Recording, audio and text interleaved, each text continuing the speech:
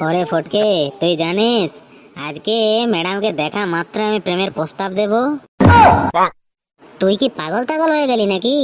সামনে পরীক্ষা আসছে, ম্যাডামের কাছে উত্তরপত্র লিখে দেওয়ায় বরং প্রেমের চেয়ে বেশি লাভজনক হবে। আমার জীবনে তো একটাই প্রেম, টিফিনের সময় সিঙ্গাড়া।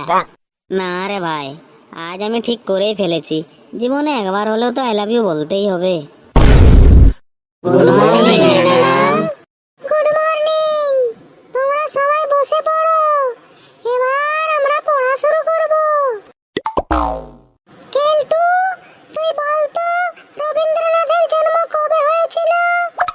রবীন্দ্রনাথ ঠাকুরের জন্ম কবে হয়েছিল সেটা আমি ঠিক মনে রাখতে পারিনি ম্যাডাম, তবে আমি জানি আমার হৃদয়ে আপনার জন্য যে প্রেম জন্মেছে সেটা আজ সকালেই হয়েছে।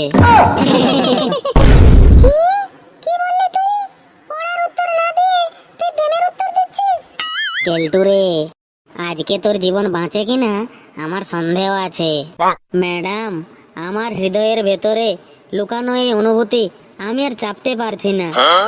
আপনি শুধু শিক্ষক নন, আপনি আমার জীবনের আলো। হ্যাঁ, আর এই আলো চলে গেলেই আমরা সবাই মিলে ঘুমাবো।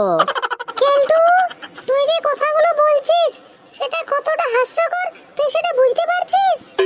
হাস্যকর হলেও এটাই তো সত্যি ম্যাডাম, প্রেম কখনো লুকানো যায় না। কিন্তু আগে তো তুই পড়াশোনা করে পাস কর, তারপর তো প্রেম করবি। ক্লাস 5 এর অঙ্ক করতে পারে না আর প্রেম করে বড়লোক হবে? এই প্রেম কাহিনীর শেষ হবে হয়তো হেড স্যারের হাতে, আর না হয় বেল্টের নিচে। এই কি হচ্ছে এখানে? সবাই এত হাসাহাসি করছিস কেন? স্যার, কেলটু নাকি ম্যাডামকে ভালোবাসে। কি বলিস? কেলটু, তুই কি সত্যি এটা বলেছিস?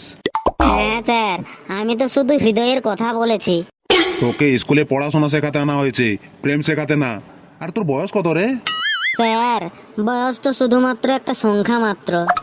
হ্যাঁ স্যার, কিন্তু টিফিনের সময়টা কিন্তু আসল।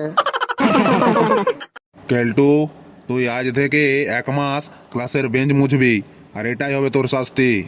আর প্রেমের কথা মুখে আনবি না।